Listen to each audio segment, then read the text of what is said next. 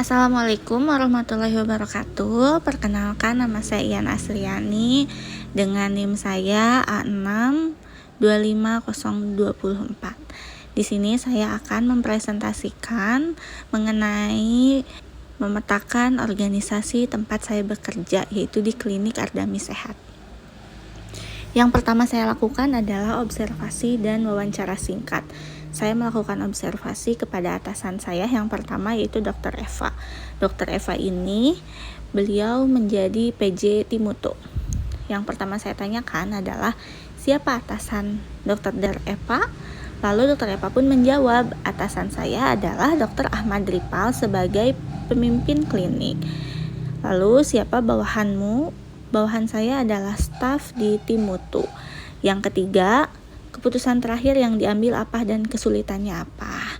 Keputusan terakhir yang diambil adalah menambah indikator pertanyaan pelayanan kepuasan pasien. Untuk kesulitannya, sulit komunikasi karena fisik yang jauh serta belum ada jadwal yang pasti untuk rapat.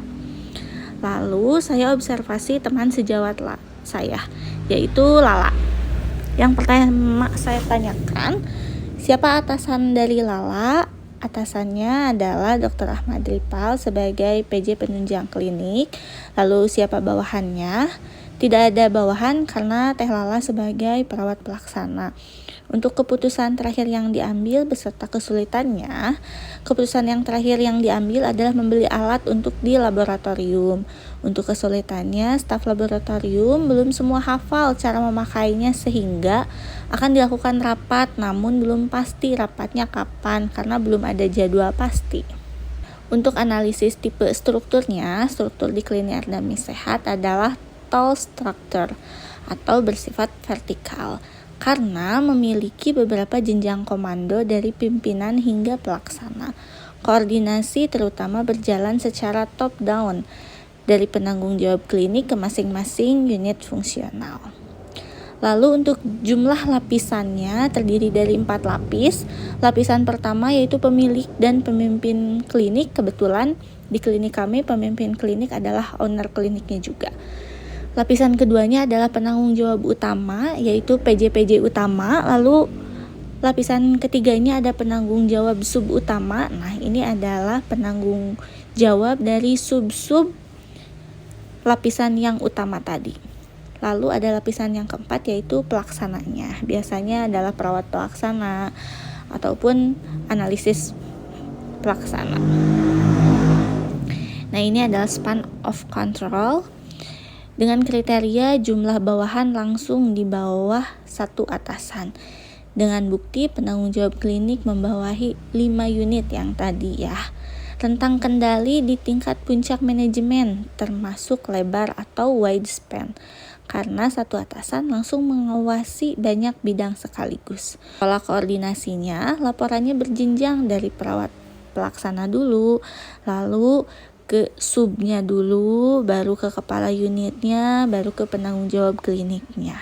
Sementara efektivitas pengawasannya efektif bila komunikasinya lancar, namun potensi hambatan bila instruksi tidak tersampaikan secara dua arah. Jadi penting banget komunikasi di sini. Dampak rentang kendali yang lebar di puncak. Penanggung jawab klinik berpotensi mengalami overload informasi dan kesulitan memantau seluruh unit secara detail. Karena tadi penanggung jawab klinik memantau banyak sub-subnya di bawahnya.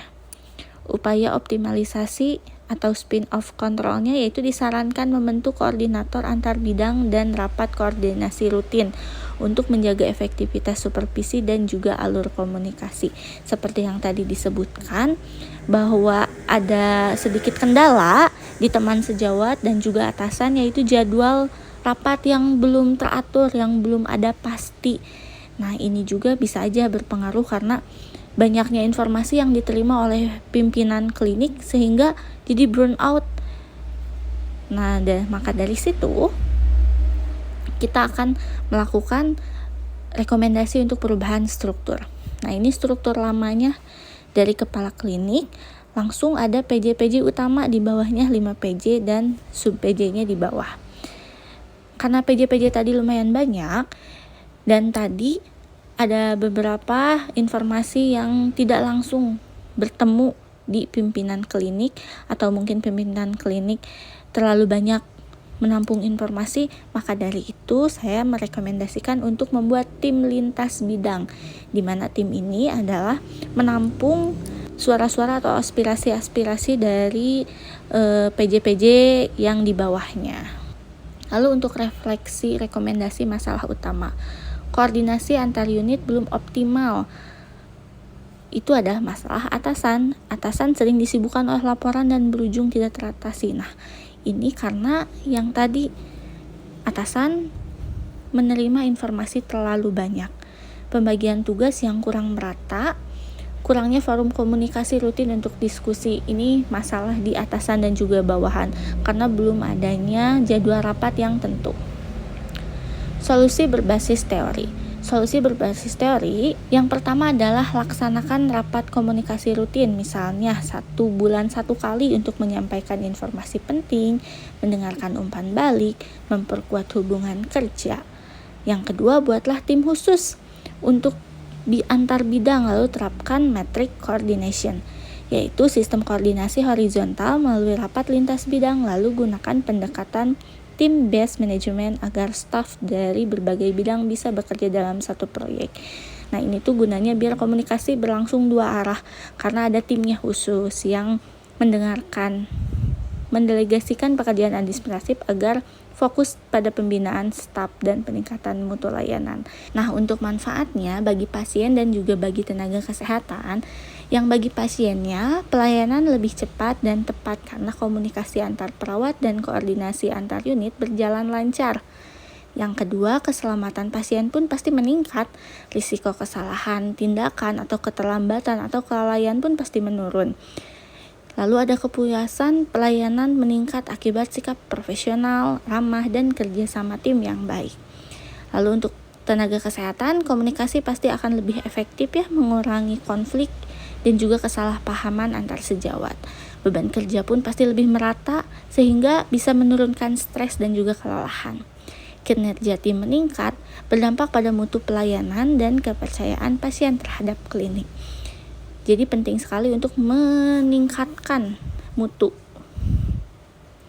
Dan sekian, terima kasih. Assalamualaikum.